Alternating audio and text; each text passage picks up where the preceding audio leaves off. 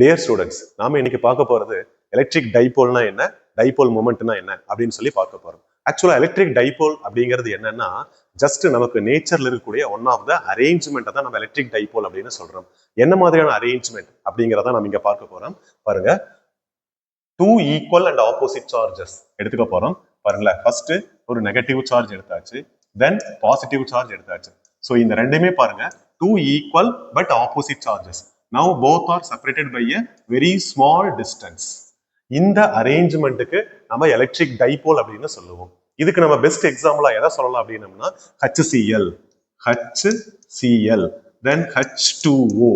So இந்த அரேஞ்ச்மெண்ட்டை பாருங்க, இதை போல இந்த HCl இருக்கு, H2O இருக்கு அப்படின்னு அர்த்தம். இப்ப HCl நாம எப்படி எழுதலாம்னு பாருங்க, H பிளஸ் ஆகவும் Cl மைனஸ் ஆகவும் சொல்லலாம்.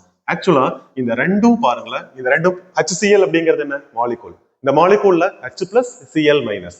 இந்த மாலிகூல்ல பாசிட்டிவும் நெகட்டிவும் ஃபைனைட் டிஸ்டன்ஸ்ல தனித்தனியா செப்பரேட்டடா இருக்கும். ஸோ இந்த அரேஞ்ச்மெண்ட்டை நம்ம எலக்ட்ரிக் டைபோல் அப்படின்னு சொல்லுவோம்.